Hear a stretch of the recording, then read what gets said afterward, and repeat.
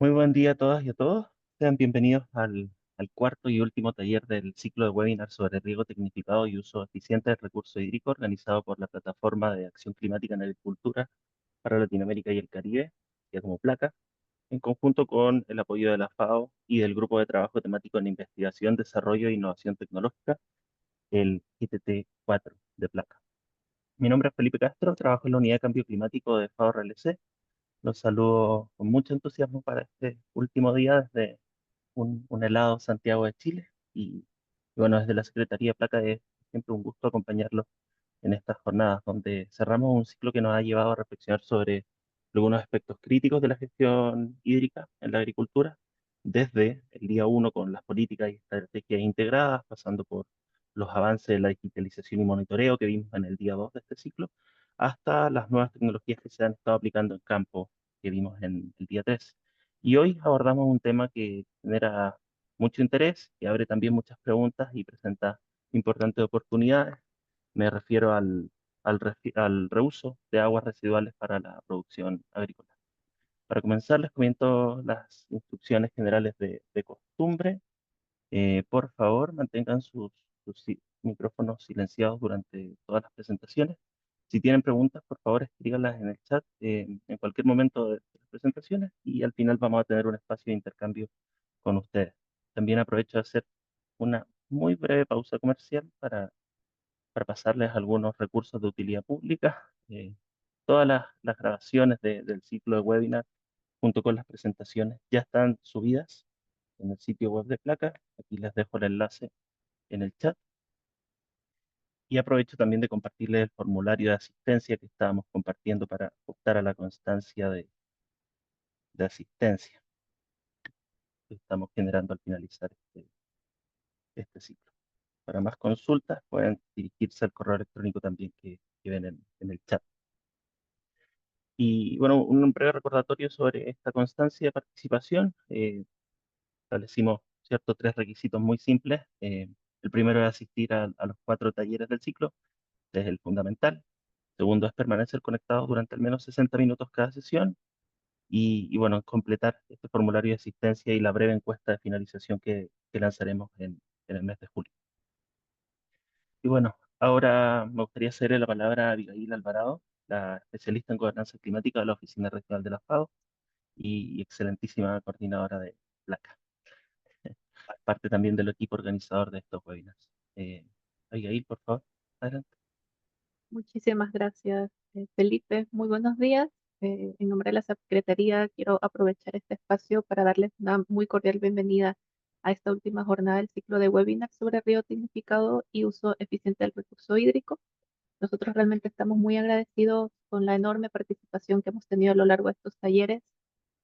Creemos que ha sido un verdadero éxito en términos del nivel de la convocatoria que ha tenido y realmente eso habla del interés y compromiso de conocer más y ampliar conocimientos respecto a temas vinculados con la gestión integral de recursos hídricos acá en la región. Además del número de personas que se han conectado en estos distintos talleres, me gustaría destacar la profundidad técnica con la que se han abarcado estos temas. Se ha podido alcanzar en estas sesiones es justamente gracias al nivel tan alto de los expositores que nos han acompañado y a todas estas discusiones e intercambios de parte de las personas que han podido conectarse, ¿no? Este para nosotros representa una experiencia bastante distintiva en este 2025, que sin duda alguna la vamos a replicar próximamente, ¿no? Placa es una plataforma regional donde el principal foco es el fortalecimiento de las capacidades y poder ser un espacio de discusión entre pares de esta región, lo cual nos llena de mucho orgullo y el haber organizado este taller de ciclo de talleres técnicos nos reafirma este compromiso de continuar en esta misma línea. Quiero aprovechar también que a propósito de esta organización que hemos realizado, implementamos este sistema de constancia digital que ya la mencionó Felipe, justamente como un reconocimiento a las personas que han dedicado tiempo y nos han acompañado a lo largo de estas 4 sesiones. Asimismo, por la manera en que la hemos estado haciendo y es una actividad adicional y que por primera vez estamos realizando. Agradecerles muchísimo la paciencia, porque las constancias no las vamos a dar el día de hoy, sino que es un proceso que tenemos que verificar y validar para ser entregadas en el mes de julio, ¿no? Y finalmente, simplemente mencionar que un resultado concreto de esta serie de talleres va a ser la elaboración de un documento o policy brief que va a recoger justamente las principales recomendaciones que se han abordado a lo largo de estos talleres y reflexiones compartidas. em, Gracias a la suma de todos estos expositores en la región, ¿no? Este documento también va a estar disponible durante el segundo semestre de este año. Y bueno, finalmente que todo este material de las sesiones, ya sea las presentaciones, la agenda, las grabaciones, están disponibles en el sitio web de Placa. Ahora tenemos los tres primeros talleres en el sitio web y bueno, durante la próxima semana vamos a tener el que estamos realizando ahora. Para cerrar, simplemente invitarlos a continuar involucrándose en este tipo de espacios que nosotros organizamos a lo largo del año. Los animamos a que se mantengan conectados, a que se suscriban al boletín que tenemos, lo lanzamos 2 veces al año, y también que estén atentos a las próximas convocatorias. Muchísimas gracias a todos. A ti, Felipe. Gracias, ahí por tus palabras y los anuncios que nos comentaste. Y bueno, y si les parece bien, pasemos ya a las presentaciones, ya que hoy día nos espera una agenda muy contundente. Y vamos a comenzar esta charla presentando y dándole la bienvenida a Gabriela Mantilla Morales de México. Gabriela es tecnóloga titular del área de tratamiento de aguas residuales del Instituto Mexicano de Tecnología del Agua, el IMTA. Es de profesión ingeniera civil y doctora en ciencias y técnicas de medio ambiente. Desde el año 1997 que trabaja en el Instituto Mexicano de Tecnología del Agua, donde ha estado coordinando iniciativas sobre tratamiento y reuso de aguas residuales. Ha sido también asesora de organismos públicos y privados y participado en la elaboración de normativas. Y bueno, también Gabriela coordina el grupo de reuso de aguas tratadas en la CODI. Su presentación se titula Reuso seguro de aguas residuales, aspectos básicos, desafíos y potenciales. Y qué mejor para iniciar el webinar de hoy, ¿no? Bienvenida, Gabriela. Es un placer saludarte. Ahí veo que estás preparándote para compartir pantalla. Em, Aún no la vemos en Sí, modo pantalla sí, completa. estaba buscando el micrófono también. Buenos días. Buenos días, ¿Ya se ve Gabriela. en modo pantalla normal? Sí, adelante. Sí. Te Bueno, aviso cuando muchísimas gracias. falte un minutito. Por favor. Buenos días, muchas gracias. Gracias por la invitación y gracias por permitirme abordar este tema, ¿no? El reuso seguro de las aguas residuales en América Latina, sobre todo porque el reuso de las aguas ya se hace. La pregunta es, ¿qué tan seguro o qué tan inseguro se hace actualmente? En este contexto, quisiera empezar la plática con una imagen muy general de cómo nos encontramos a nivel mundial, la región y qué tenemos. Vemos los grandes desiertos del mundo, pongo los principales que quede claro para mí, me faltan algunos, Sonora, Perú, pero sobre todo el dato importante es que 46% de los países de América Latina para 2080 van a tener un estrés hídrico si no hay un cambio en los esfuerzos de mitigación. Y vemos que los cambios nos están dando. Entonces, un panorama muy realista es de que vamos a tener estrés hídrico y hay que tomar otro tipo de medidas. En esta imagen vemos cómo el 25% de la población mundial vive el estrés hídrico muy alto, ¿no? Y vemos cómo le pega a nuestra región y al resto del mundo. A quien nos pega más, estrictamente hablando, es a México, en la zona norte del país, Chile, en la costa de Perú. Y una que me parece muy interesante es estos datos globales. El estrés hídrico que vamos a tener para 2050 nos muestra pues, que México y Perú se van a ver muy afectados, Chile no se diga, pero algo que es muy interesante es ver cómo se va a encontrar Brasil bajo a medio y los países centrales que van a terminar muy bajo. Pero cuando nos acercamos a las heterogeneidades de cada uno de los países, nos damos cuenta que Brasil tiene regiones con estrés hídrico muy, muy alto. México tiene regiones también con estrés hídrico muy alto, pero en otras en que va a ser bajo, medio, eh, poco conocido. Entonces, no es tan fácil decir, en mi país no va a pasar eso, porque las regiones siempre tienen una región donde vamos a presentar una zona árida, una zona seca, y es donde tenemos que ver al reuso como una posibilidad para paliar esos problemas. A nivel humano, ¿en qué usamos el agua? Pues prácticamente en todo, ¿no? Uso doméstico, agricultura, ganadería, pues en fin, todo esto. Pero una de las cosas interesantes e importantes es cómo se distribuye cómo se distribuye el agua en sus usos de manera muy general. Y de esta manera, prácticamente en América Latina, el 70% del uso del agua se va a la producción de alimentos, el 20% va para usos públicos urbanos, que es municipal, urbano, servicios, y el 10% para la industria. Y otro dato importante es que más del 45% de la electricidad se produce a través de presas hidroeléctricas. Entonces, son datos que hay que tener en mente. Ahora bien, ¿qué quiere decir reusar? Es un verbo formado por 2 palabras que significa volver a usar. Y de acuerdo con la RAE o con el diccionario que quieran utilizar, es someter un material usado a un proceso para que se pueda volver a utilizar. En nuestro caso, ¿cuál sería ese proceso? Nuestro proceso debería ser el tratamiento. ¿Y en qué podemos reutilizar o reusar el agua una vez que la hemos utilizado?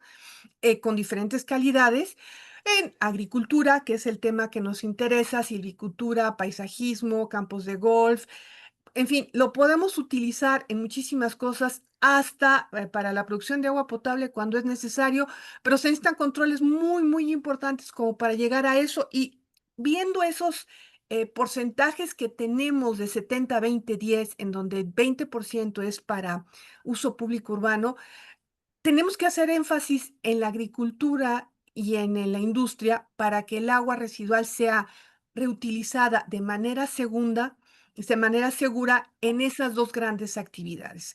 Aquí lo que también una de las cosas que tenemos que hacer es que el agua residual tratada es agua recuperada. Por supuesto que también el agua residual se va a recuperar, pero puede generar problemas de salud que los vamos a abordar un poco más adelante. Nos vamos a abocar sobre todo al uso directo, porque una vez que se vierte el agua tratada, y eso hay que tenerlo en cuenta, tenemos que promover que toda agua residual que se genere en nuestras ciudades, en nuestros pueblos, sea tratada antes de ser dispuesta en un cuerpo receptor. ¿Por qué? Porque finalmente cuesta más no tratar que tratar por las pérdidas que se implican en medio ambiente, en salud pública, en pérdida de biota, en fin, muchas cosas. Entonces, ¿en qué podemos tener este reuso directo? Una vez trata el agua, se puede ir a la industria, se puede ir a la agricultura, se puede ir a otra ciudad, se pueden ir a estanques de recarga, todo ello con cierto tratamiento que nos permita minimizar los riesgos a la salud pública y a la salud ambiental. El panorama de reuso en el mundo, ¿cómo está? Tenemos las grandes cifras. Esta es una diapositiva generada por el Instituto de Reuso de Agua que me permití tomar de Ana Silvia Pereira, en donde tenemos las grandes cifras, pero que quede claro, ¿no? En América Latina se rehúsa el agua porque no hay más agua en algunos lados. Lo que es importante es que en California ya tienen una regulación de la reutilización desde 1918 y en países del Mediterráneo, Chipre, Malta y muchos otros, pues prácticamente recuperan el 100% del agua residual tratada y son muy estrictos en cómo utilizarla y en qué tipo de cultivos. Tratamientos y usos sugeridos. A mayor incremento de los niveles de tratamiento, vamos a tener aumento de niveles aceptables para la exposición humana. ¿Qué quiere decir esto? Que cuando solamente tenemos un tratamiento primario, esto está hablando del tratamiento de aguas residuales, que implica la remoción de basuras, una sedimentación, estrictamente hablando, no recomendamos su utilización. ¿Por qué? Porque implica un riesgo, una exposición tanto para quien va a utilizarla como para lo que va a ser utilizado. Entonces, por eso no se recomienda su utilización. Esos son los usos sugeridos por la EPA, ¿sí? A partir del tratamiento secundario, que es un proceso biológico, y aquí estamos hablando pues de los activados, de lagunas de estabilización, humedales, todos esos procesos biológicos que van a ver una remoción de materia inorgánica y un control de los patógenos a través del tratamiento, podemos hacer varios tipos de reuso. ¿Cuáles? Irrigación, cultivos, humedales, en fin, me voy a enfocar por tiempo a lo que nos compete de agricultura. En un tratamiento terciario avanzado que implica otro tipo de tratamientos, aquí lo vamos a llegar a riego de cultivos alimentarios que se consumen crudos. Por supuesto que pueden ser uso público urbano indirecto, recreativos, campos de golf, y podemos llegar hasta un pulimento tal que nos permita una utilización indirecta como de agua potable. En el reuso tenemos muchas categorías, podemos desglosarlas más o menos, pero aquí lo importante es cuáles serían las limitaciones del reuso en riego agrícola y de jardines en cultivos y viveros comerciales. Las limitaciones potenciales que podemos tener para su reuso es el efecto de las sales que vienen disueltas en el agua sobre los suelos y los cultivos. Es un problema de salud pública, sí lleva muchos patógenos. Si no está bien tratada y no está bien utilizada, bien aplicada, podemos generar contaminación por lixiviados, escurrimientos hacia las aguas superficiales y a las aguas subterráneas. Otro problema, una limitación, es qué tan comerciable se vuelve un cultivo si la gente sabe que fue utilizada con agua residual tratada. Y puede ser paradójico porque a lo mejor la gente no se da cuenta que el agua tratada, que no se da cuenta que un cultivo X fue regado con agua residual sin tratar.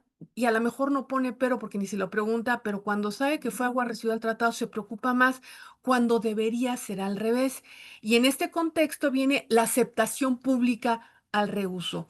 Como nuestras plantas de tratamiento no siempre tienen muy buena reputación por diferentes cuestiones que no aplican a esto, eh, eh, la aceptación pública de consumir productos que fueron cultivados con agua residual tratadas, a veces no es tan sencilla. En otros casos tenemos agricultores que se pelean en agua residual porque saben que es rica en nutrientes, pero ahí tenemos el problema de los patógenos si no está tratado, si no tenemos algún control en este caso. Estos, bueno, otros tipos de reuso, potable no municipal. Y entonces regresamos al reuso agrícola. Para que el reuso del agua residual tratada, del agua recuperada, sea seguro, necesitamos un tratamiento de esta agua, de este influente, que sea un traje a la medida. Recordemos que las aguas residuales cambian de país a país, de poblado a poblado. Entonces, este traje a la medida, fit for purpose, o hecho a la medida en función del tipo de cultivo, de las técnicas y sistemas de riego que podamos tener, al contenido de nutrientes que tengamos exigidos, porque nos ayuda a eliminar o reducir el uso de agroquímicos, pero muchas veces también necesitamos eliminar para evitar problemas de contaminación al medio ambiente, el manejo laboral de las aguas residuales y la protección de los agricultores por cuestiones de patógenos y los criterios de salud pública para protección de los consumidores. Se han hecho muchos estudios y a pesar de que se ha tratado de buscar, muchas veces nos damos cuenta que la salud pública de los consumidores se ve afectado más en el manejo y el traslado de los cultivos, de los frutos, ya cuando están siendo dispuestos que cuando están cultivados. En realidad, el problema más fuerte es en el manejo laboral de las aguas residuales para nuestros agricultores. Y ahí es donde tenemos que tener cuidado con esa población, ¿sí? Los diferentes tipos de cultivos, ¿en qué nos estamos enfocando? ¿Cuál es el mayor control que podemos tener en muchos casos?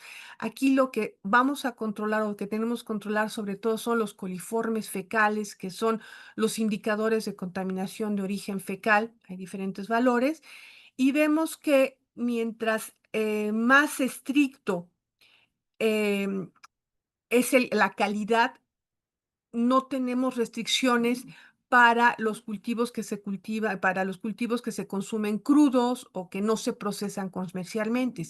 Y tenemos el reuso agrícola en cultivos que no se consumen, talle alto, algodón, bueno, hay muchos, ustedes los conocen más, en donde vemos que los criterios para las coliformes fecales son menos estrictos. ¿Por qué? Porque entonces tenemos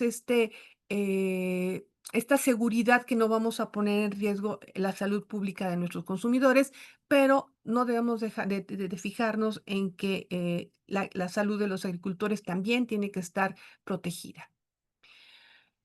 ¿Cuáles son los desafíos de la gestión de riesgos en el reuso del agua tratada? El primer desafío es quitarle la connotación peyorativa al agua residual. Entonces, el agua residual tratada hay que verla como un agua recuperada, como un insumo, como un recurso que debemos aprovechar de manera segura.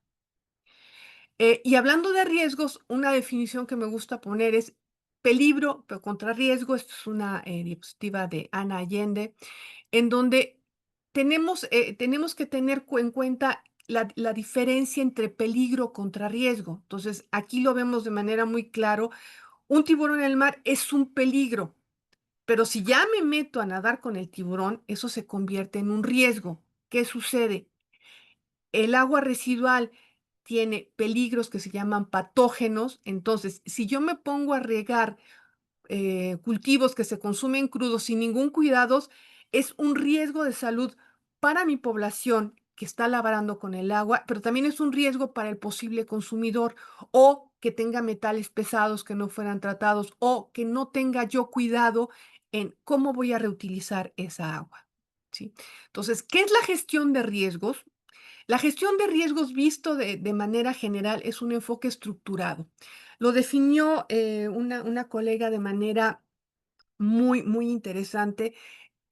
La gestión de riesgos es sentido común, estructurado y revisado. ¿Sí? ¿Qué tratamos de hacer con la gestión de riesgos? Anticipar y minimizar el impacto negativo de eventos imprevistos o que se pueden presentar, y aprovechar las oportunidades que pueden surgir de ellos. Entonces, lo que tratamos de hacer es identificar los riesgos, como revisando, reducir o mitigar los riesgos, para eso es el tratamiento, proteger los activos de producción, de suelo, facilitar la toma de decisiones, generar confianza, que es lo que decíamos, que es lo que a veces nos limita el reuso y la utilización del agua residual en la agricultura. Entonces, la gestión de riesgos es un proceso cíclico de mejora continua, y una cosa muy importante: no hay que tenerle miedo, ¿sí? Si identificamos los riesgos potenciales, eso nos permite tomar las decisiones que nos van a permitir evitar esos riesgos o controlarlos, y no poner en peligro la salud pública de nuestra población, ¿sí? Entonces, Nos queda la un gestión minuto. del la gestión de riesgos en el uso del agua residual en la agricultura es un aspecto crucial para garantizar la salud de consumidores, trabajadores y medio ambiente, ¿sí? Aquí vemos de manera muy general, a partir de la planta, a partir del agua residual tratada que va a reuso, los riesgos que van para la salud y los riesgos que van para el medio ambiente. ¿Cuáles pueden ser estos riesgos? De manera muy genérica, porque los va a abordar mis colegas que siguen. Los microbiológicos asociados a bacterias, virus, los químicos, metales pesados, nutrientes en exceso que pueden generar problemas de eutrofización, o tener problemas de reducción de productividad, de permeabilidad, salinización, un cloro residual mal aplicado que me queme a mi cultivo, riesgos físicos, que se me vayan los sólidos de suspensión y me echen a perder mi sistema de riego, y sobre todo el riesgo en el suelo, que puede después llevarme a perder muchas hectáreas de cultivo, porque me afectan permeabilidad, porque puedo tener acumulación de contaminantes, metales pesados, y si no gestiono adecuadamente el riego, que se hace en muchos países, puedo llevar el suelo a saturación, generando otro tipo de problemas. Muchas gracias, les agradezco su atención y me parece que la sesión de preguntas viene después. Muchas gracias, Gabriela. Y sí, viene al finalizar. Muy clara tu presentación que abordaba ciertos los aspectos de base del reuso de aguas, como iniciando con estas cifras, lo que nos mencionaste sobre el tratamiento y las distinciones conceptuales que son necesarias. Em, Como bien dijiste, hay que quitarle la connotación peyorativa al uso de aguas residuales. Em, para continuar con el orden del día, vamos a saludar ahora al señor Sergio Janela, quien es jefe del programa de tecnologías de tratamiento del Instituto Nacional del Agua, del INA, de Argentina. Sergio es de profesión ingeniero químico y doctor en ingeniería. Trabaja en el Instituto Nacional de Aguas de Argentina desde el año 2001, habiendo coordinado proyectos sobre reuso de aguas residuales, tratamientos y normativas. También ha participado en más de 50 asistencias técnicas y 15 investigaciones aplicadas en la región. Es docente universitario y autor de numerosas publicaciones técnicas y científicas, y su presentación se titula Reuso de aguas residuales en el marco de las soluciones basadas en la naturaleza para América Latina y el Caribe. Ya vemos tu pantalla, Sergio. Comienza cuando quieras. Te aviso cuando falten 1 o 2 minutos. Muchas gracias. Buenísimo. Bueno, muchas gracias y gracias por la presentación y por la oportunidad de presentar este trabajo acá. Bueno, el título, como bien leyó Felipe, es el que ven acá en pantalla, así que vamos a hablar un poco de este tema, ¿no? Siguiendo en línea con lo que comentaba un poco Gabriela, ¿no? El reuso de aguas residuales es un sistema que comprende desde la recolección, el transporte, el tratamiento de las aguas residuales de su punto de generación, generalmente en caso de aguas domésticas de las casas, su aplicación justamente en los campos, en los cultivos, cuando hablamos de reuso agropecuario. Después, la gestión de riesgos tiene que continuar contemplando también las etapas de qué pasa con los productos generados en esa producción agropecuaria hasta su llegada a los consumidores, ¿no? Que constituyen un posible grupo de exposición frente a estos riesgos que bien comentaba Gabriela, ¿no? Otros grupos o factores de posible exposición a los riesgos son los recursos naturales, las aguas, los suelos, los cultivos, los ecosistemas, ¿no? Y también los trabajadores de cada una de estas etapas intermedias, con lo cual hay que evaluar las rutas de exposición y las medidas de mitigación en cada uno de estos sistemas, ¿no? Para enfocar un poquito en el caso de los patógenos, que es como el más emblemático de los riesgos asociados al reuso de aguas residuales de origen cloacal, ¿no? Un agua residual doméstica cruda tiene, para que se haga una idea, en el orden de 10 a la 8, unos 100 millones más o menos de coliformes fecales, que son unos microorganismos por cada 100 mililitros, ¿no? Son indicadores de contaminación justamente fecal, ¿no? Cuando nosotros tenemos que pensar qué pasa con ese agua y esos patógenos y cómo evitar que eso llegue a tener un efecto negativo, que el riesgo produzca un impacto negativo en los receptores, por ejemplo, los consumidores de un producto regado con aguas residuales, hay que interponer objetivos de reducción hasta lograr una condición segura en el contacto con el receptor. Entonces, los métodos de remoción de patógenos o de desinfección miden sus eficiencias en logaritmos. ¿Cuántos logaritmos de patógenos puede bajar, por ejemplo, no sé, una cloración? Entonces acá vemos una tablita muy sucintamente, por ejemplo, para tener una idea, una cloración convencional puede llegar a bajar 6 logaritmos, ¿sí? O sea, este 10 a la 8, bajarlo al 10 a la 2. ¿Sí? Entonces los sistemas que habitualmente consideramos como desinfectantes fuertes andan en el orden de 10 a la 6, 10 a la 7 unidades de desinfección, ¿no? Reducción de microorganismos.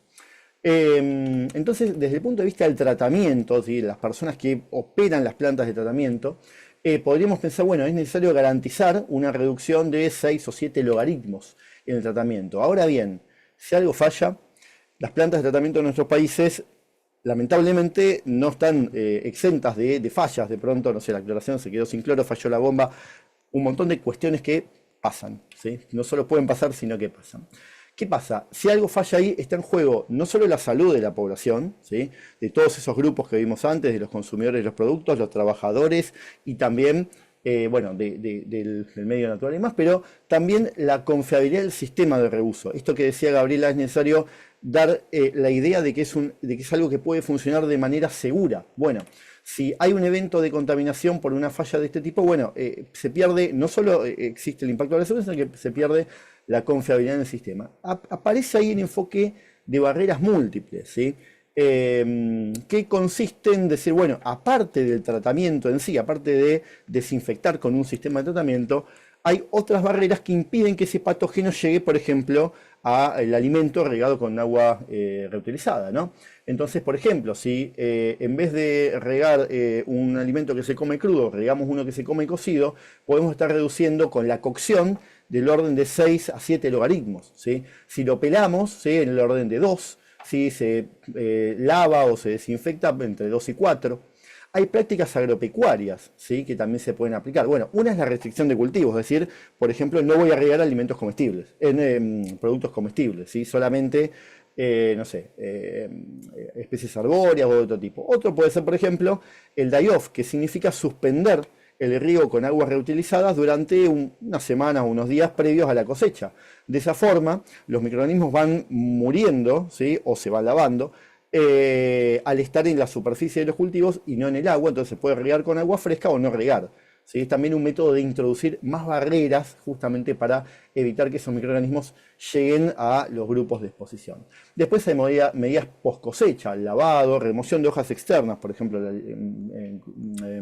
cultivos como la lechuga. Los propios métodos de riego en algunos casos constituyen también barreras adicionales. Si uno riega por surcos, el cultivo está en contacto directo con el agua. Pero si uno riega por ejemplo, goteo subsuperficial, se estima que pueden haber reducciones de hasta 6 logaritmos, ¿sí? Y esto aumenta si hablamos de cultivos de tallo alto. Bien, entonces la idea es que se puedan ir contabilizando las barreras que uno adiciona al tratamiento de forma de estar jugando con una red de contención. O sea, si me falla el tratamiento, cosas que pueden ocurrir en la realidad, bueno, tener otras medidas de contención que minimicen la posibilidad de que ese peligro se transforme en un riesgo, ¿no? Y eso aplica a todos los riesgos que comentaba Gabriela. Bien, a su vez, en los grupos de exposición más directa es necesario complementar con medidas higiénicas, control, por ejemplo, de intrusión en los campos, no sé, que no entren niños a jugar en el campo que se riega con aguas residuales. Y la comunicación de riesgos y la concientización de los grupos de expuestos configura un sistema seguro y confiable, ¿sí? En cuanto al reuso de aguas residuales, vemos que muchas veces está el mundo, digamos, que ve la situación desde el lado del tratamiento, los ingenieros sanitaristas, y el mundo que lo es del lado del riego, de la aplicación. Muchas veces estos dos mundos hablan en idiomas un poco distintos. Un poco la idea que comentaba Gabriela es que la gestión de riesgos lleve al reuso seguro y a articular estas dos visiones, logrando, ¿sí?, esto lo voy a pasar rápido porque ya lo comentó Gabriela, pero que esta mejora continua del sistema de gestión de los riesgos logre articular la visión de todas las partes involucradas para lograr justamente un sistema confiable. Para dar una idea de esta diferencia de visiones, ¿sí?, yo pensaba un poco en cómo ven el caudal, ¿sí?, en un proyecto de reuso, desde la perspectiva de la ingeniería sanitaria que va a diseñar el proyecto de la planta de tratamiento a la perspectiva del regante. Bueno, el tratador, ¿sí?, la gente que opera el sistema de riego va a pensar qué población tengo que servir, si tengo una localidad con aportes turísticos, algún trabajo estacional, qué dotación, cuántos litros por habitante se generan, cómo varía estacionalmente, bueno, cómo está la red, ¿sí?, el alcance de la red cloacal y cómo se va ampliando en el tiempo. Y en base a eso va a arribar posiblemente a curvas de este estilo que representen cómo varía el caudal generado por la planta de tratamiento a lo largo del año, ¿no? Tenemos los meses de verano con un mayor caudal, los meses de invierno con un caudal un poco más bajo. Y a lo largo que avanzan los años de vida útil de proyección del proyecto, ¿sí?, de la planta, bueno, irá aumentando porque se extiende generalmente, no en todos los casos, la red cloacal, ¿no? Del otro lado, el regante, el que va a hacer uso de ese líquido, piensa de otra forma, piensa, ¿qué voy a regar con eso? ¿Sí? ¿Cómo voy a regar? ¿Cómo voy a usar el suelo? ¿Cómo voy a rotar el suelo?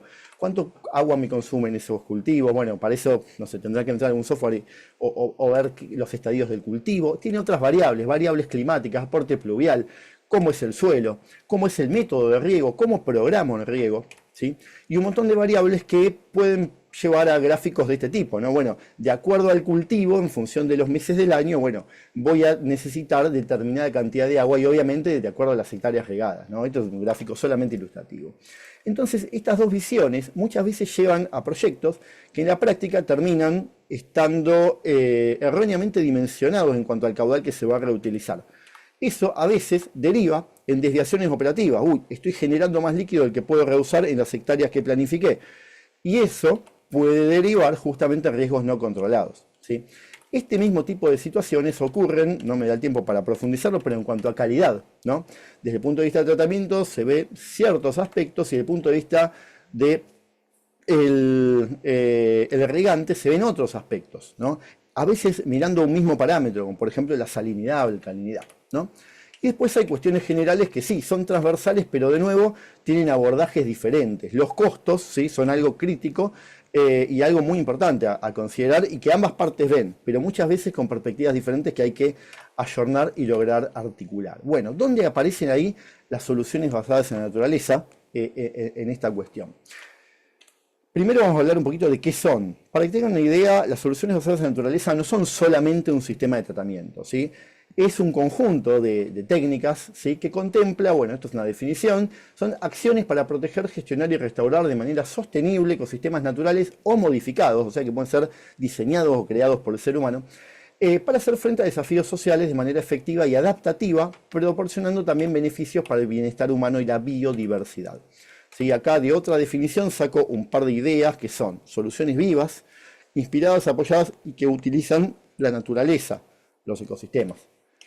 Diseñadas, o sea que hay una intervención humana ahí, ¿sí? Para abordar diversos desafíos sociales, en este caso el uso eficiente del agua, y que redunden en beneficios económicos, sociales y ambientales. La idea es que las soluciones basadas en la naturaleza tengan impacto en varios de estos desafíos, ¿no? Entre ellos, por ejemplo, menciono salud humana, desarrollo económico y social, seguridad alimentaria, seguridad del agua, ¿sí? Biodiversidad y protección ambiental, ¿no? Y todo eso garantizando sostenibilidad ambiental, equidad social y viabilidad económica. El diseño de estas soluciones reconoce interacciones entre la sociedad, la economía y los ecosistemas naturales. Se basan también en procesos de gobernanza inclusivos, transparentes, empoderadores. La idea es que en estos procesos participen las comunidades de la mayor forma posible, ¿sí? La forma más participativa que sea viable. Incorpora la identificación y gestión de riesgos más allá del área de intervención, que es un poco lo que comentaba Gabriela previamente. Bueno, no solo qué va a pasar con la fruta que estoy regando con ese líquido, sino también qué va a pasar con el ambiente, con los agricultores, con todo lo que interviene o se relaciona con eso. Y tiene en cuenta que se generen co-beneficios sociales, económicos y ambientales. Ahora bien, las SBN aplicadas al tratamiento, ¿sí? Ahora después les voy a comentar un par de ejemplos para que vean qué son, ¿sí? Pero básicamente son sistemas de tratamiento que se integran al ambiente, tanto estética como funcionalmente, ¿sí? Se basan en ecosistemas y en procesos naturales, o sea, no es una planta mecanizada artificial, hecha en concreto. Tienen que ser beneficiosos para la biodiversidad del lugar, ¿sí? Y generar también beneficios tangibles y sostenibles a la sociedad. Generalmente son poco intensivas en consumo energético, y son soluciones, proveen soluciones muy robustas. Son tolerantes a fallas, requieren poco equipamiento electromecánico, pocos insumos externos y son de sencilla operación. Vinculando esto con lo que decía antes, piénsenlo como una barrera más en el tren de barreras, ¿sí? Para reducir o mitigar riesgos. Es algo que si fallan otras, esta barrera sigue andando y sigue andando integrada al ambiente y sigue andando aunque tengamos problemas quizás con electricidad, con operación, con algún insumo. Son muy robustas. Bueno, acá vemos alguna clasificación muy general, tomada de bibliografía, pero los más habituales en nuestra región por lo menos son los humedales y las lagunas de tratamiento. ¿Sí? Acá vemos una imagen de un humedal de flujo subsuperficial. Acá el agua, bueno, circula por este terreno que está mediado por un ecosistema, ¿sí? Y permite remover materia orgánica y tiene una capacidad limitada para desinfección, pero sí puede retener y degradar contaminantes emergentes tóxicos, contaminantes y otros tóxicos, y también permite remover nutrientes. Como dijo Gabriela, los nutrientes son buenos para el riego, pero en exceso no son tan buenos, hay que controlarlos. Otro tipo clásico de SBN son las lagunas de tratamiento. Acá vemos bueno, el gráfico de una laguna de maduración, que son las que están diseñadas para remover patógenos. Hay distintos diseños para las lagunas, ¿no? Pero también permiten remover materia orgánica. Pueden lograr hasta 3 o 4 logaritmos de desinfección, y al tener altos tiempos de residencia hidráulica, porque son volúmenes grandes, permiten ecualizar picos de compuestos tóxicos. Entonces, son técnicas muy prometedoras, muy robustas y aplicables en la región, y pueden acoplarse con otros sistemas de tratamiento sumando una barrera adicional, ¿sí? Entonces, el reuso de aguas seguras, de aguas residuales en la agricultura es viable, conveniente y en muchos casos necesario, ¿sí? Reuso seguro. ¿Sí? Las SBN entonces son herramientas de tratamiento y también aportan un enfoque general de gestión ideal para viabilizar proyectos en la región.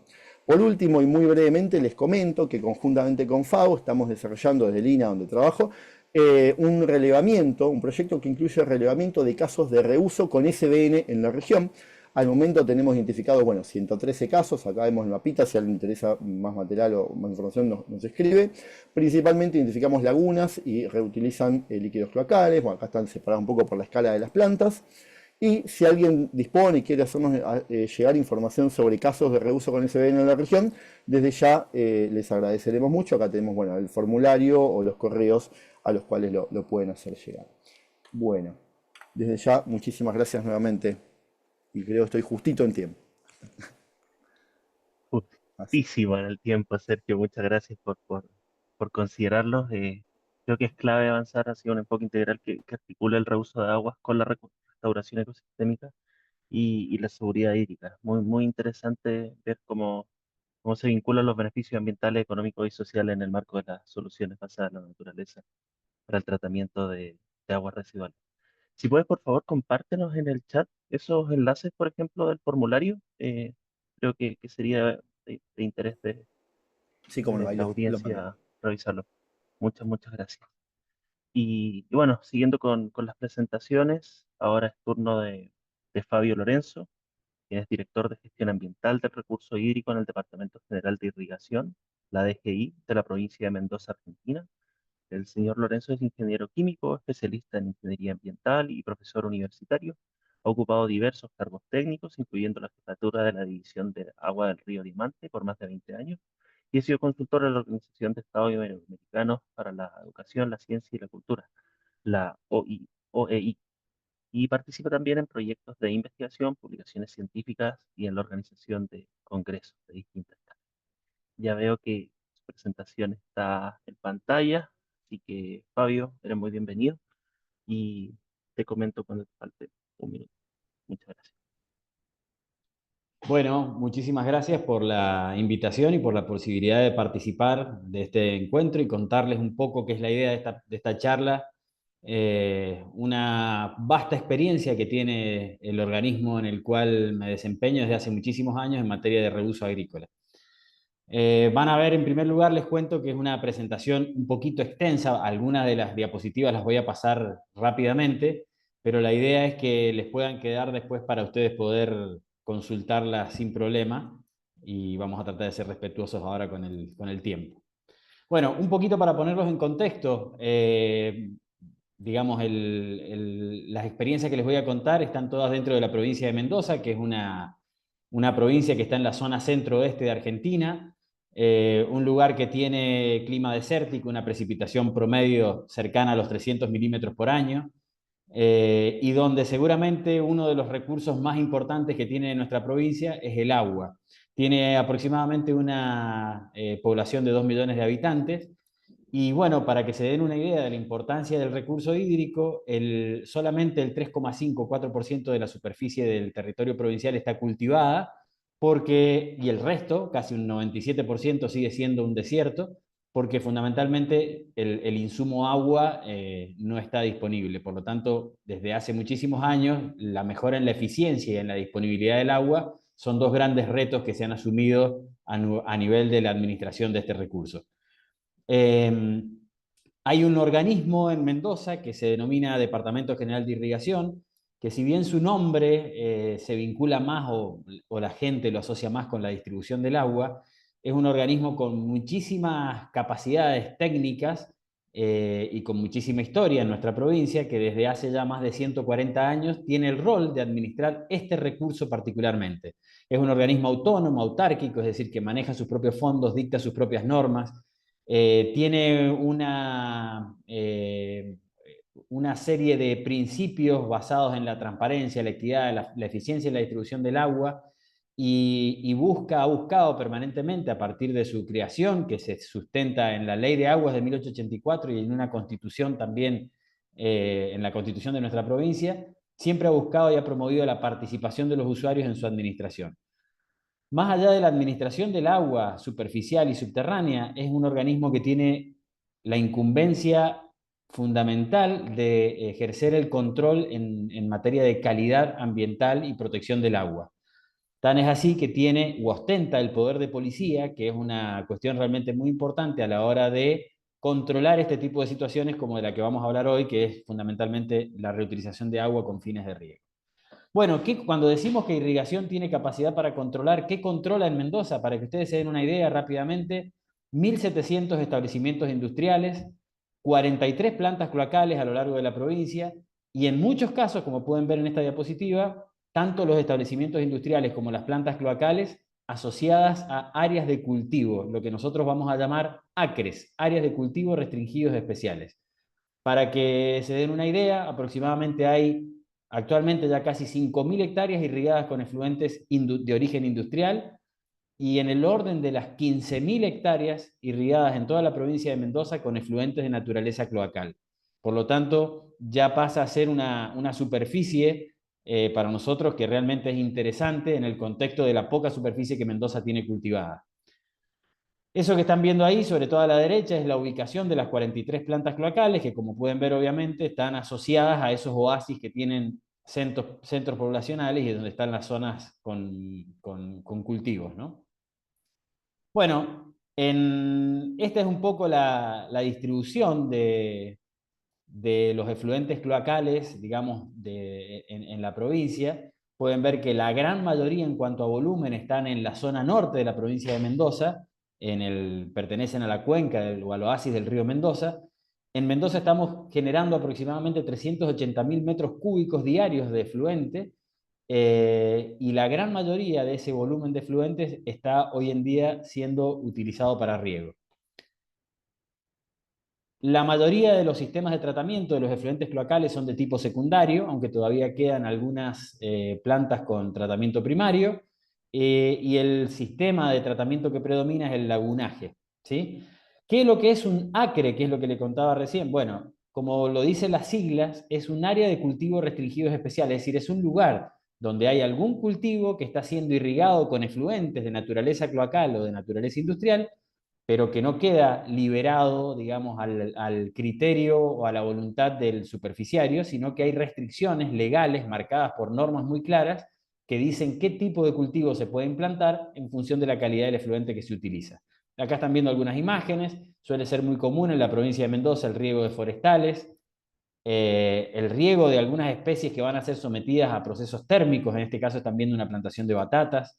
Bueno, ahí hay más forestales, y enseguida van a ver un montón de imágenes y de fotos. Una cuestión que es fundamental en los lugares donde se pretende desarrollar o impulsar el reuso agrícola es la existencia de un muy buen marco normativo. Mendoza tiene en esto una trayectoria muy larga, muy longeva.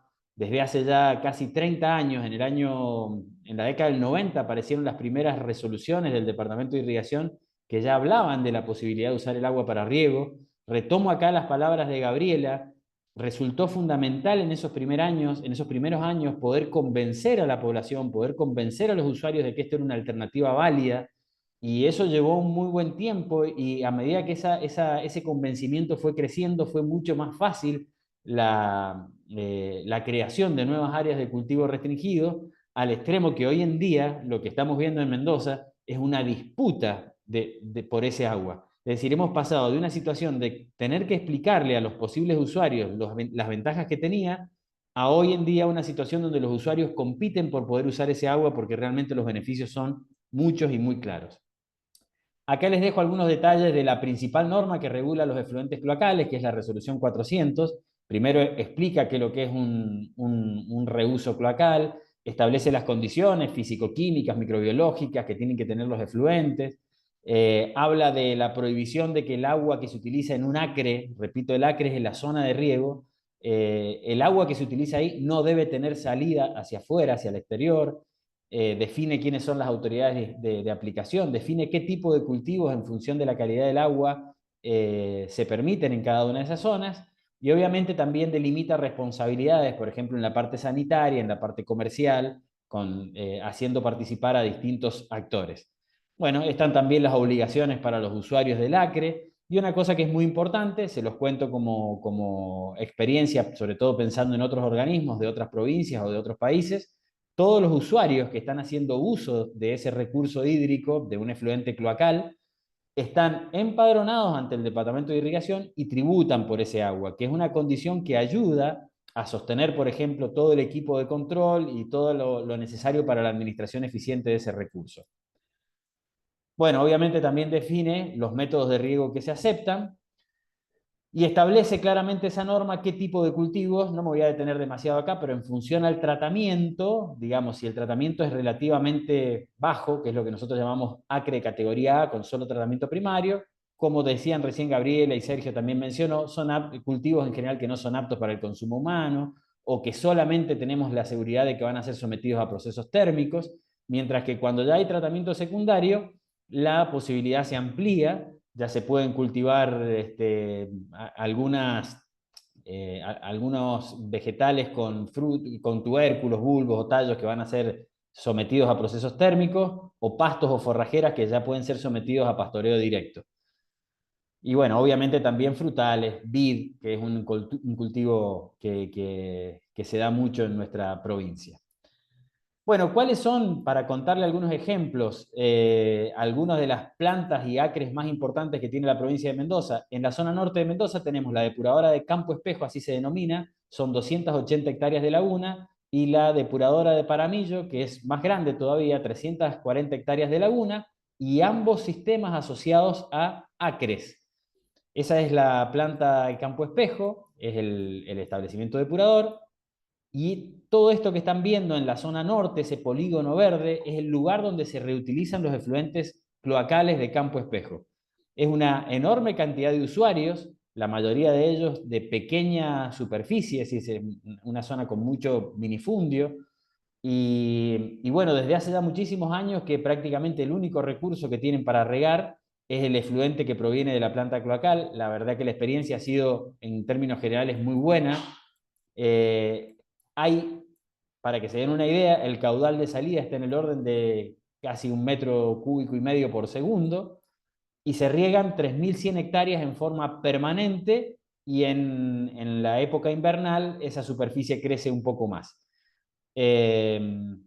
Bueno, obviamente que es una zona que actualmente está pensando en ampliarse, en llevarse a 2.000 o 3.000 hectáreas más, porque probablemente el sistema de Campo Espejo reciba un aporte mayor de efluentes en los próximos años por incorporación de nuevos ramales.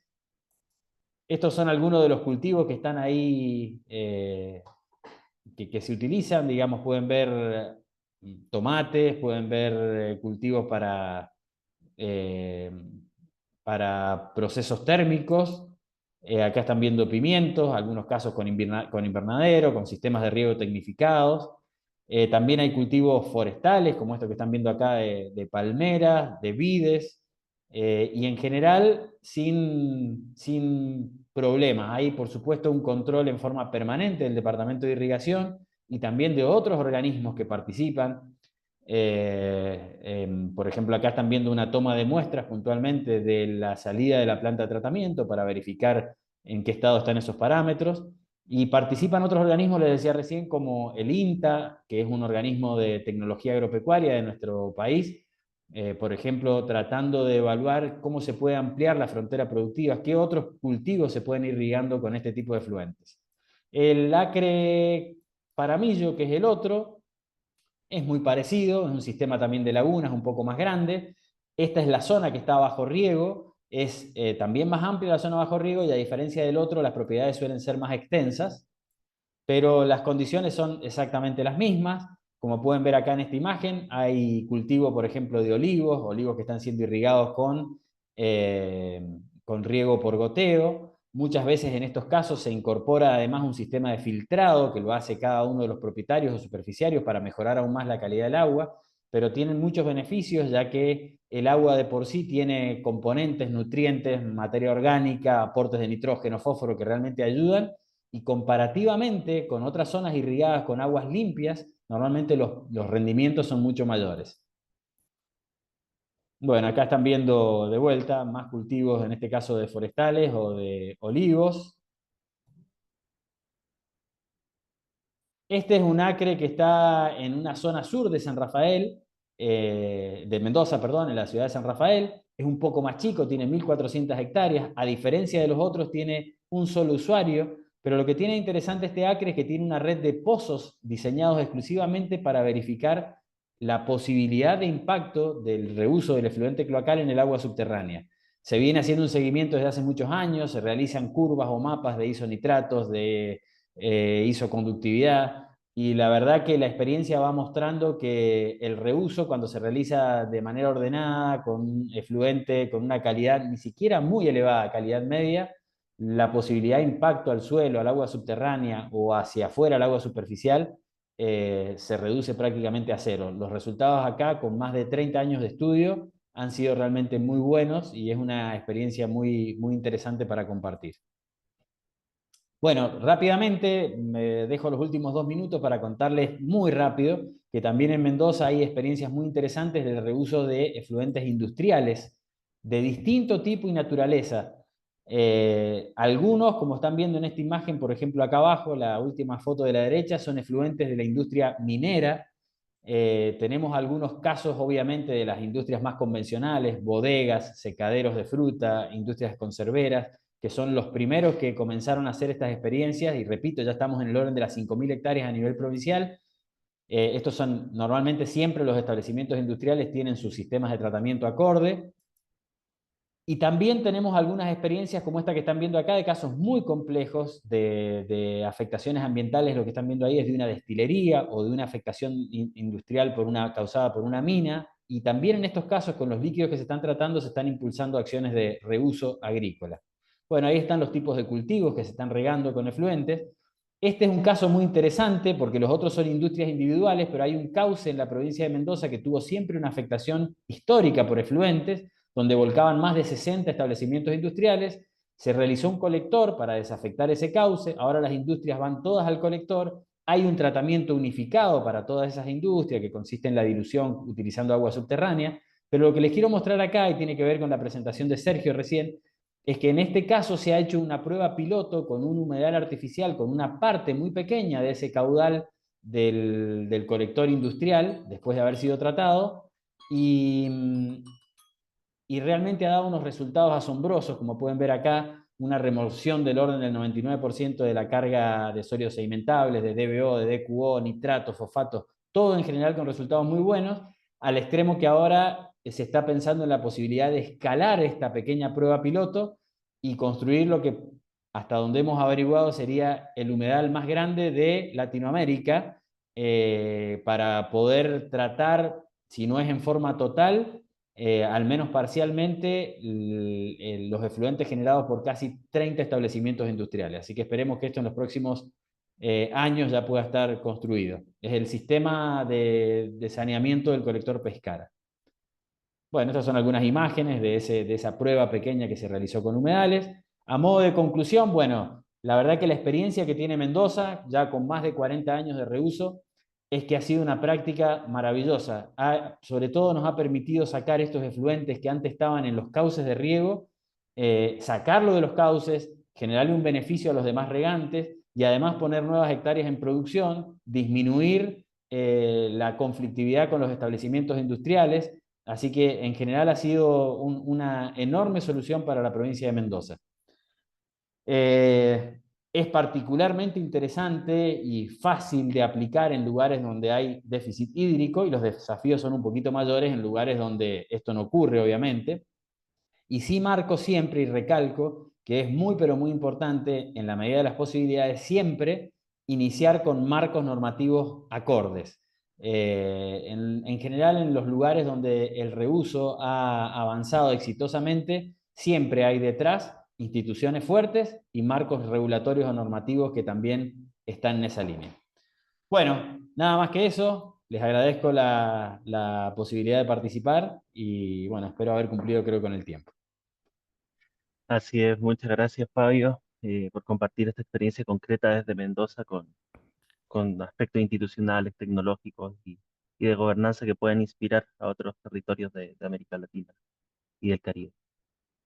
Y ya para terminar con la ronda de presentaciones, quiero saludar al señor Jesús Rugarte, ingeniero agrónomo y especialista en riego y drenaje con más de 40 años de trayectoria en gestión hídrica, desarrollo rural y educación técnica en Venezuela. Ha trabajado en instituciones públicas, empresas agrícolas y ONG liderando proyectos de reuso de aguas residuales y soluciones de agua en zonas rurales. Actualmente es coordinador de iniciativas comunitarias y técnicas en el estado de Lara, Venezuela. Y bueno, Jesús, vemos tu pantalla. Eh, si pudieses, por favor, ponerla en modo presentación y yo creo que ya estamos listos para iniciar.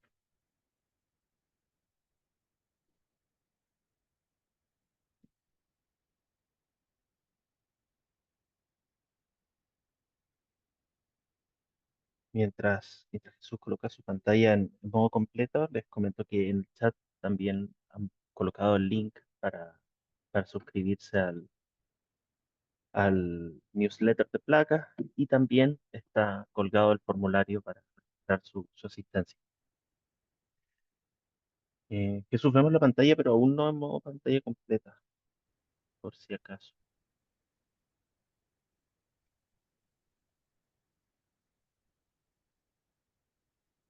Coméntanos si gustas, Bueno, podemos también pasarla sí, creo ahí. que me escuchan bien. Ahí sí te escuchamos, sí, se te escucha muy bien.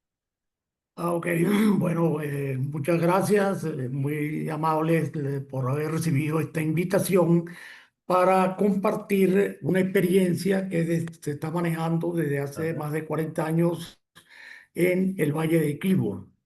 La hemos titulado Experiencias en el tratamiento y uso de las aguas residuales en el Valle de Quibor, Estado Lara, Venezuela, ¿no? Está Jesús, disculpa, realmente, que aún no vemos la pantalla completa. Sí, perdón. que aún no vemos la pantalla completa. Si pudiese pinchar justamente. Ahora sí, Ahora sí, sí, adelante. ok, perfecto.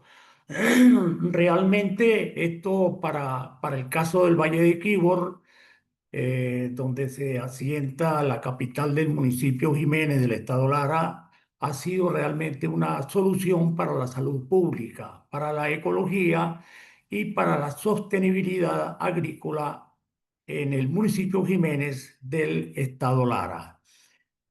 El Valle de Quibor es una área que se ubica o se localiza en la región centro-occidental del país. Como ustedes pueden verlo allí en la imagen, se localiza hacia la parte centro-occidental y a pesar pues de tener una precipitación bastante limitada, que se corresponde con un entorno semiárido, o una precipitación de algo así como unos 500 milímetros, eh, y posee unas tierras excepcionalmente fértiles cuya productividad ha estado limitada por el tema del agua.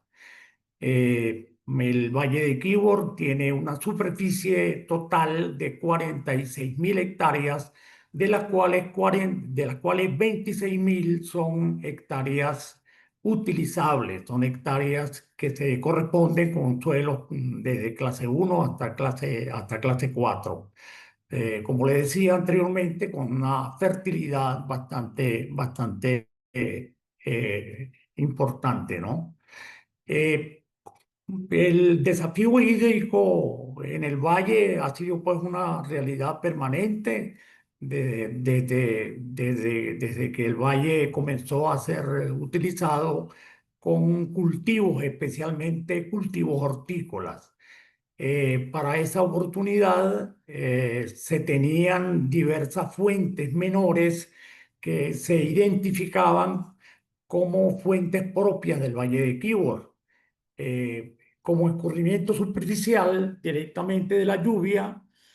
Se llegaron a tener en la década de los años 90 hasta 3.000 hectáreas cubiertas por cuerpos de agua. De esas 46.000 hectáreas que le comentaba anteriormente. Había pues una eficiencia bastante alta de parte de los agricultores en la construcción de lagunas, de pequeñas y grandes lagunas, para almacenar el agua y de esa manera poder utilizarla. Las aguas subterráneas comenzaron a ser utilizadas a partir de la década de los años 50. En el año 1955 se construyó el primer pozo en el valle y a la vuelta de unos 10 años aproximadamente llegaron a existir en el valle alrededor de 300 pozos, lo que ocasionó una fuerte declinación del nivel freático y por supuesto muchos de los pozos quedaron afectados por este tema. No había pues para ese momento un control. A partir de los años 80, a través del Ministerio de Minas de Venezuela, se comenzó a hacer algún control sobre el tema de la extracción del agua subterránea y de esa forma se minimizó un tanto el tema de la afectación del agua subterránea. La otra fuente a la cual nos vamos a referir son las aguas residuales. Luego nos extenderemos un tanto sobre eso. Hay otra agua que estuvo siendo utilizada, que era el agua proveniente del túnel de trasvase que estuvo en construcción hasta el año 2012, en que fue paralizado. De allí salían alrededor de unos 40, 50 litros y incluso existía una organización de productores para la utilización de estas aguas provenientes del túnel de trasvase. Hubo también en el sistema de riego, en el Valle de Quíbor, el sistema de riego San José de Quíbor, que se proveía de aguas que venían del embalse de Cerrito, que queda a una distancia de 50 kilómetros, y es el embalse que le proporciona agua a la ciudad de Barquisimeto. Esa fuente fue suspendida debido pues al déficit de agua tan grande que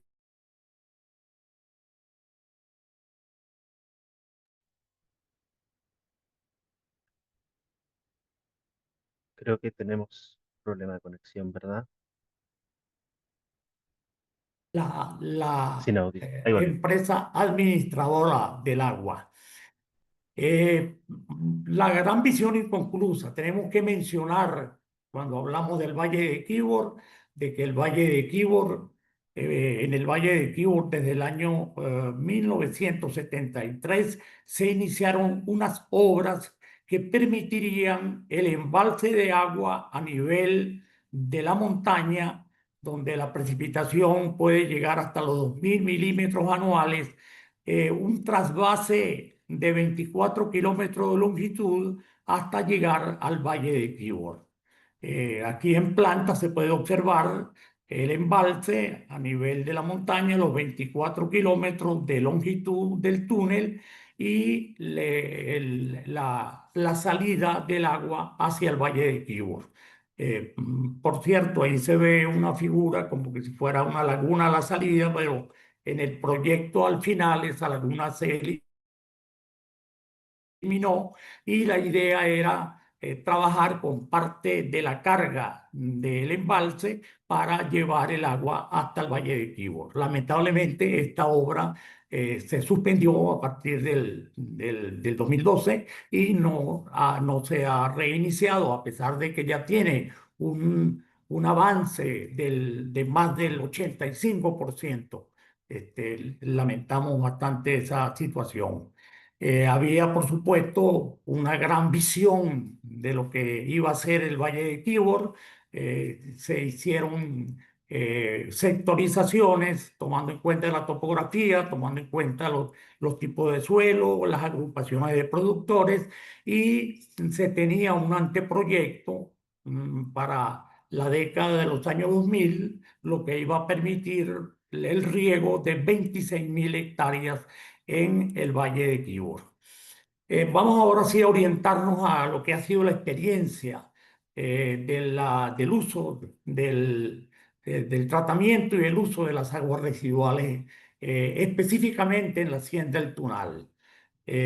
Tuvimos desde la década de los 70 un productor que tuvo un crecimiento acelerado a través de una gerencia agrícola muy notable, y en el año 89, 1989, el Instituto Nacional de Obras Sanitarias, que era el organismo que para ese momento estaba manejando el recurso de agua potable, tenía una laguna que prácticamente estaba colapsada.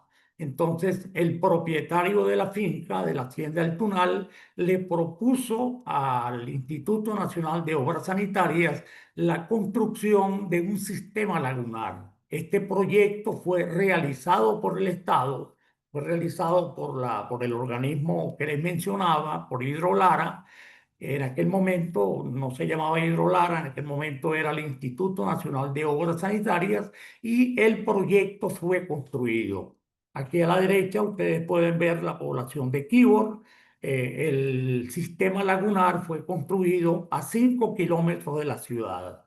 En mediciones que se hacían con frecuencia, para la década de los años 2000, se tenían caudales máximos de 150 litros por segundo a las 11 de la mañana, y alrededor de 78 litros por segundo en la madrugada. O sea que había una afluencia de agua que representaba un volumen de más de 3 millones de metros cúbicos que podían perfectamente ser utilizados. Y de hecho, esa laguna o ese sistema lagunar construido en la década de los 80 ha funcionado hasta el presente. El sistema consta de tres cuerpos de agua, la primera de las cuales corresponde a una laguna anaeróbica con una superficie de 8 hectáreas y 2,5 metros de profundidad. Esta estructura pues recibe el agua por gravedad desde la ciudad de Quibor, una ciudad cuya población oscila alrededor de 110.000 habitantes. Esta aducción era una aducción de 10 pulgadas y de aproximadamente 5 kilómetros. Y previamente, por supuesto, pasaba por una tanquilla que con una rejilla evitaba el problema de que hubiese alguna entrada de elementos extraños a la laguna, que sería más o menos este punto. Luego hay una segunda laguna, la laguna facultativa, con 2 metros de profundidad aproximadamente y una superficie de 4 hectáreas. Y la continuación, una tercera laguna de 4 hectáreas y 2 metros de profundidad, actuando como ya una laguna aeróbica, y a partir de esta laguna se deriva el agua hacia los campos de cultivo. Se cultivan alrededor de 200 hectáreas de pasto. Como veremos más tarde, esta es una empresa bastante exitosa que tiene una gran cantidad de productos agrícolas y pecuarios, y con la particularidad de que esta laguna, en la parte central, parte central, por elementos constructivos, dejaron una especie como de islote. Y ese islote hoy en día es un islote que se llena de aves, es algo bien atrayente. Y cuando se hacían, no hemos tenido recientemente acceso a las mediciones que digamos, por ley se deben hacer en Venezuela, pero sí se determinó que la última laguna el agua que salía era un agua bastante pura, con bajo contenido o prácticamente sin contenido de bacterias y además de eso con unos DQO y DBO bastante aceptables. O sea, una laguna que perfectamente con la cual se podían regar cultivos, lo que llamamos cultivos industriales. Allí se utiliza mucho el pasto bermuda y además de eso el maíz para silaje, por lo cual la empresa tuvo pues esa bondad de tener, digamos, solucionar un problema de salud pública en el Valle de Quibor, en la ciudad de Quibor, y además de eso utilizar las aguas para su cultivo. Esta laguna, entonces, eh, como haciendo un resumen, fueron construidas a partir del año 89, construidas por los mismos propietarios mediante un convenio acordado con el Instituto Nacional de Obras Sanitarias. El agua residual perfectamente se utiliza para cultivos de silaje, pasto de corte, frutales en cierta medida, y esto realmente ha tenido un éxito importante. Y rápidamente les menciono las características de la empresa. Esta es una empresa que hoy en día se ha metido o ha estado involucrada en múltiples proyectos. Ellos producen alimentos balanceados para animales, tienen un plantel de ganadería caprina, un plantel de ganadería bovina en la parte agrícola, lo que son los cultivos hortícolas, porque no solamente utilizan, por supuesto, lo que comentábamos del agua residual, también tienen acceso al agua subterránea, tienen varios pozos profundos, utilizan las lagunas que pueden almacenar el agua de lluvia, y esto realmente ha sido bien importante para la salud, digamos así, y para la producción agropecuaria del valle. Queríamos mencionar de manera muy rapidito que estas experiencias se pueden extender. En el caso de Venezuela es muy poca la experiencia que se tiene en el uso de aguas residuales, pero en una oportunidad que estuve trabajando en Duaca, que queda a alrededor de 75 kilómetros de Quibor, tratamos de extender esta experiencia hacia el Valle de Duaca, y en ese valle, estando en ese momento responsable ya jubilado y responsable de una actividad que tenía que ver con producción lechera, nos atrevimos de hacer un estudio de factibilidad para el control y aprovechamiento de las aguas residuales en el Valle de Duaca. Esto se hizo porque la laguna de oxidación que existía colapsó y aún todavía está vertiendo toda la generación de agua residual directamente a los cuerpos naturales. Lamentablemente, con la situación económica que vivió o que vive el país, lamentablemente esta empresa, que es una empresa agropecuaria también exitosa, no tuvo éxito en conseguir los recursos necesarios, y este proyecto quedó en el papel. Es un proyecto bastante sencillo, ahí se puede ver, aquí está la laguna de oxidación, que mediante una longitud de 1.400 metros se puede llevar el agua a un sistema lagunar y de allí distribuirla alrededor de 400 hectáreas que conforman las tres empresas agropecuarias que están muy cercanas una de la otra. Bueno, eso ha sido nuestra experiencia en el Valle. Creemos que es una experiencia que vale la pena replicar, vale la pena dar a conocer, y lamentablemente la situación económica del país pues ha ocasionado algunos inconvenientes que ha imposibilitado que se puedan hacer inversiones que lógicamente requieren de gastos considerables. Así que muchas gracias por la oportunidad, y cualquier cosa, cualquier pregunta, estamos a la orden. Muchas gracias, estimado Jesús, por visibilizar esta experiencia territorial desde Venezuela. Creo que para los efectos de este ciclo de webinars es muy, pero muy valioso conocer cómo comunidades rurales están enfrentando los desafíos del agua con soluciones locales, ingeniosas también. Bueno, ya concluimos con las presentaciones del día de hoy. Ahora vamos a abrir el espacio de preguntas con la audiencia. Para este nos va a acompañar Carla Pos, ingeniera agrónoma especialista en recursos naturales renovables del Ministerio de Agricultura, Ganadería y Alimentación de Guatemala, PAGA, y actualmente la coordinadora del Grupo de Trabajo de Desarrollo e Innovación, de Investigación, Desarrollo e Innovación Tecnológica de Placa.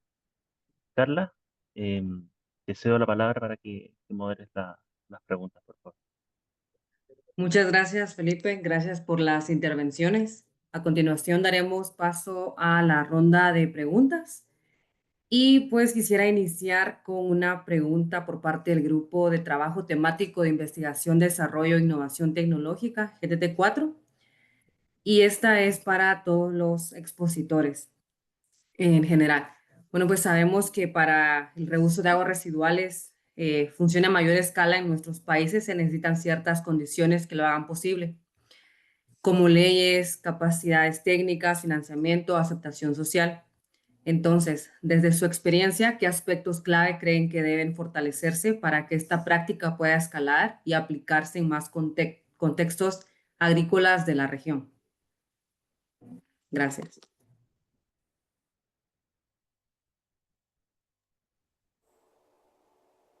Bueno, si quieren yo hago algo ya marqué recién, pero puedo aportar algo. Me parece que es, sí, fundamental la existencia de buenos marcos normativos o leyes o regulaciones.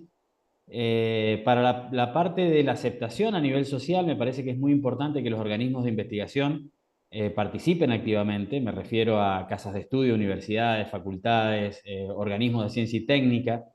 En general, a nivel social, hay mucha aceptación y confianza en los resultados que se obtienen de este tipo de instituciones, y hay que sumarlos a estas experiencias para que, digamos, de alguna manera den garantía de los resultados que dan este tipo de procesos. Nosotros lo hemos hecho acá en Mendoza y la verdad que los resultados han sido muy buenos, y como explicaba en un principio, eso ha permitido que hoy la demanda por este tipo de agua sea creciente y el temor se ha ido perdiendo, y bueno, la verdad que ha tenido un crecimiento enorme con muchísimas ventajas, tanto ambientales como sanitarias, y también productivas para la región. Bueno, Me gustaría complementar, si se puede, con lo que dice Fabio. Creo que el garantizar que las plantas de tratamiento funcionen de manera adecuada es un punto importantísimo, es lo esencial. Si tú no le das operación y mantenimiento al sistema que sea, no va a funcionar. Es encendido, apagado. Y uno de los problemas que tenemos en nuestros países es que el tratamiento de las aguas residuales no se considera tan vital como el abastecimiento y resulta tan importante porque si esto se descarga a un cuerpo receptor, y por ahí tenemos ahí comentarios, esta agua residual va a llegar a un cuerpo receptor que puede ser fuente de abastecimiento de agua potable, o se va a infiltrar, o va a tener otra serie de consecuencias en el recurso hídrico. Entonces, una de las cosas que tenemos que habilitar es sí o sí tratar el agua residual.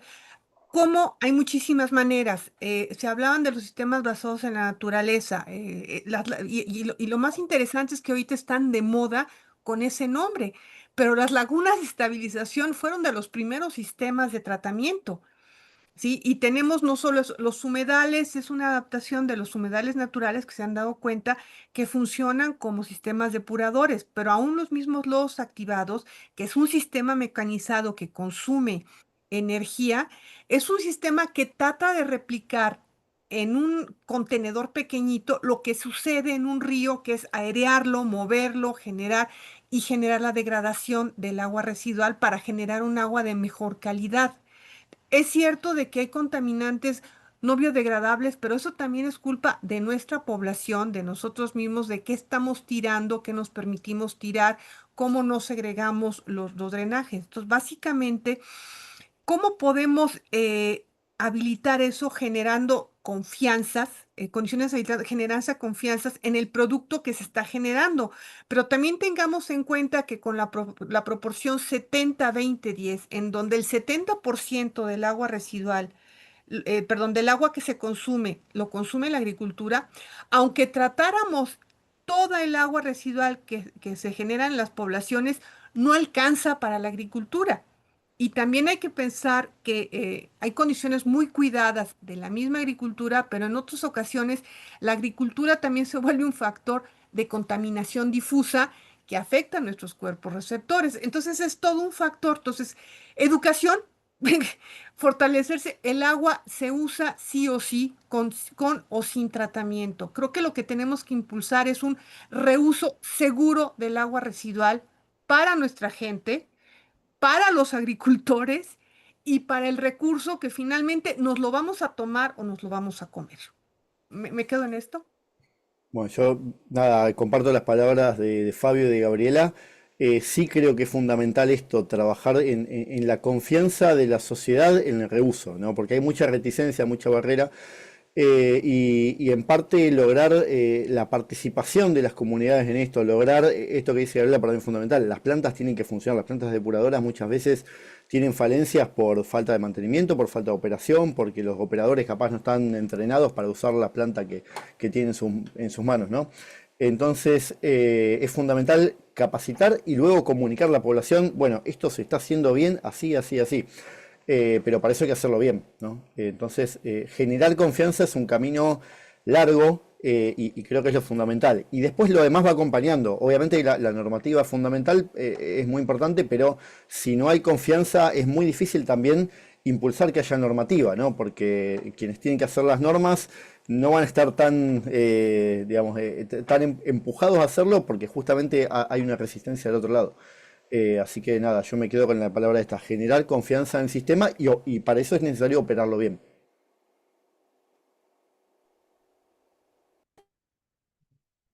Muchas gracias por sus respuestas. Vamos a continuar entonces respondiendo ya acá del chat de preguntas. Tenemos una que va dirigida a Gabriela. ¿Hay ejemplos de medidas gubernamentales efectivas en Latinoamérica y el Caribe para estimular el reuso de aguas residuales para la agricultura? Si puedas responder en pocas palabras. Es que va a depender mucho del país al país. Estamos viendo lo que pasa en Argentina, que la gente, en Mendoza en específico, la gente ya se la pelea. Entonces, una medida es que el agua de primer uso o el agua de primer uso tenga un valor mucho más elevado que el agua tratada. Ahí vas a impulsar el reuso. Entonces, en México sí se impulsa a través de permisos de extracción, que si tratas bien y la rehusas, bueno, hay una serie de condiciones, pero eso va a depender mucho, no solamente del país, sino la región del país. Te pongo un ejemplo. En el norte de del norte de México tenemos una región árida en donde se vende el agua residual sin tratar hasta las productoras de electricidad para torres de enfriamiento. Y la gente compra el agua negra porque no hay bien escaso que el que no existe. Y el agua de primer uso te sale muy caro, entonces compran el agua negra. Pero eso mismo resulta ridículo hacerlo en el sureste mexicano, en donde te lleve 5 metros cúbicos, 5 metros al año, 5.000 milímetros al año. O sea, tienen de exceso. Y si eso sucede en Argentina, en el norte se la pelean, en el sur no tienes. Entonces, las medidas van a depender en función del valor que le des a este recurso hídrico. Em, sí hay experiencias, no conozco todas, pero una de las más importantes creo que se da en Mendoza, en donde se cubren los gastos de operación y mantenimiento, porque hay una producción cuidada que te permite explotar, utilizar prácticamente todo el agua que se genera en la población en la agricultura. O sea, prácticamente no tienes un desperdicio. ¿Por qué funciona eso en algunos países del Mediterráneo? Porque no hay agua. Entonces, todo el agua que te sale de la población la van a reutilizar porque es un recurso de primera mano que ya está disponible y que además, tratado de diferentes maneras, te puede traer nutrientes y puedes jugar con las calidades para diferentes tipos de cultivo. No tienes que cultivar lechugas con agua tratada. Puedes hacerlo, sí, le das una filtración, como dice Fabio, para tener una calidad que no te obstruya el riego por aspersión, pero si vas a regar un cultivo de talla alto, te puedes dar otras concesiones. Lo que sí es muy importante tener cuidado, sobre todo para los cultivos comestibles, animales, humanos y todo eso, es los metales pesados, porque esos sí pasan disueltos y necesitan un proceso de tratamiento específico que te permita eliminar o remover la mayor parte de esos contaminantes para que no sean bioacumulables en el fruto, en el animal y que lleguen al humano. Espero haber respondido tu pregunta. Sí, depende del país, pero sí hay estudios de factibilidad. Lo que te van a decir es que sale muy caro tratar. Lo que no nos hemos dado cuenta en algunas latitudes es que sale más caro no tratar por la pérdida de los recursos asociados por verter agua, sin tratar con contaminantes emergentes, no biodegradables o lo que sea, y que nuestra población está acostumbrada, hablo de América Latina, a aventar al drenaje cualquier cosa. Lo utilizamos como bote de basuras, toallitas, químicos, medicamentos, en fin, toda una serie de cosas. Espero haber contestado la pregunta. Muchas gracias, Gabriela. Vamos a continuar con una pregunta que va dirigido a Sergio y pregunta, ¿qué relación hay en el diseño de humedales respecto al agua residual a tratar que ingresa al sistema y la calidad de agua recuperada que sale del sistema? Bueno, es una pregunta amplia, porque los humedales, en verdad, como cualquier sistema, se puede diseñar en función a lo que uno recibe y a lo que uno quiere, ¿no? En general, un requisito es tener un buen tratamiento primario, remover sólidos, sobre todo para garantizar que no se obstruya la circulación del líquido en el humedal, que no deja de ser un lecho poroso, o sea, es una circulación en la tierra, en el caso de los subsuperficiales. Y si no, los sistemas, digamos, de inyección y demás, generalmente si hay muchos sólidos, si no hay un pretratamiento adecuado, un primario que remueva sólidos y demás, ahí vamos a tener problemas. Después, en cuanto a cargas, para líquidos, lo que son los valores típicos de aguas residuales domésticas en cuanto a materia orgánica y demás, lo pueden recibir y la calidad de salida va a depender bastante del diseño y las condiciones del humedal. Hay en bibliografía una amplísima variedad de diseños, de plantas, depende también del tipo de ecosistemas que uno promueva en ese humedal. Variables como la profundidad, tiempo de residencia y demás, nos van a determinar la calidad del líquido de salida, ¿no? Pero en cuanto a la entrada, yo podría decir en grandes rasgos que bueno, ese es un punto importante. No sé si responde la pregunta, pero al ser amplia también la respuesta termina siendo un poco amplia. Claro que sí. Muchas gracias, Sergio, por la respuesta. Vamos a continuar ahora para una consulta que va dirigido a Fabio. Fabio consulta en lo siguiente. Dentro de su marco normativo, ¿cuentan con parámetros que sean un insumo para la fiscalización ambiental? A ver, sí, la mayoría de digamos, todas las regulaciones, tanto para reutilización como para vuelcos a cauce público, contienen límites permitidos, admitidos en función de la carga ambiental que el cuerpo receptor admite. O sea, se tienen en cuenta las dos cuestiones y posibles impactos ambientales asociados con el efluente y su calidad, y obviamente la parte sanitaria para garantizar la no afectación o de los animales o de las personas que pueden tener contacto o consumo de los cultivos que se irrigan. Por lo tanto, sí, absolutamente todos los parámetros para cualquier disposición final están basados o pensados desde la perspectiva ambiental y desde la perspectiva sanitaria. Muchas gracias, Fabio. Y la última consulta es para Jesús y consultan lo siguiente. ¿considera que habría que hacer una restauración global de lo devastado para recuperar los ecosistemas que nos proporciona el agua de lluvia común? Bueno, sí, eso yo creo que es muy importante considerar la integralidad de las fuentes de agua. Y vale la pena mencionar que cuando se recomenzó a construir el sistema de riego Yacambú-Quibor, que era el que iba a permitir llevar el agua hasta el valle de Quibor y además de eso darle agua a Barquisimeto, también la institución creó una dependencia que tenía que ver con el seguimiento a cada uno de los recursos.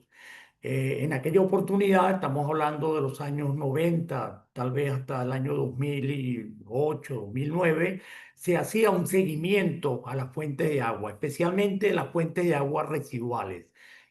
Nosotros en Venezuela tenemos a través del Ministerio de lo que anteriormente era el Ministerio del Ambiente, se hace un control en cumplimiento de la normativa 883 que establece los parámetros con los cuales debe cumplirse todo tipo de agua residual que salga de cualquier parte, de una empresa agroindustrial, etcétera, etcétera. Hay ese seguimiento, digamos así. Entonces yo creo que sí, que esa integralidad es fundamental considerarla para poder trabajar de manera acorde con lo que es la ecología y con lo que son los ecosistemas y el respeto pues a la salud misma de la población, ¿no?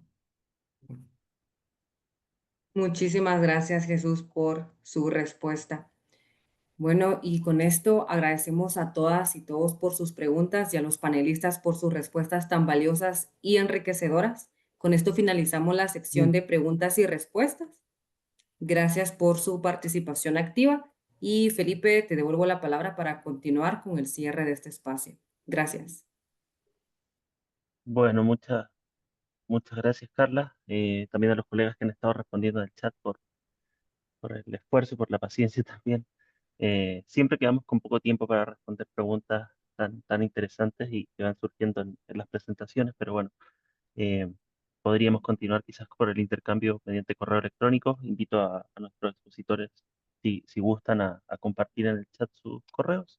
Y para cerrar esta jornada y ya el ciclo completo también de talleres, quiero dejar con ustedes a Marcelo Sadre, especialista regional en agua y gestión de recursos hídricos de la FAO, quien nos va a compartir unas breves palabras finales. Adelante, por favor, Marcelo. Bueno, Felipe, en primer lugar, también me sumo a los agradecimientos y a las palabras de Abigail.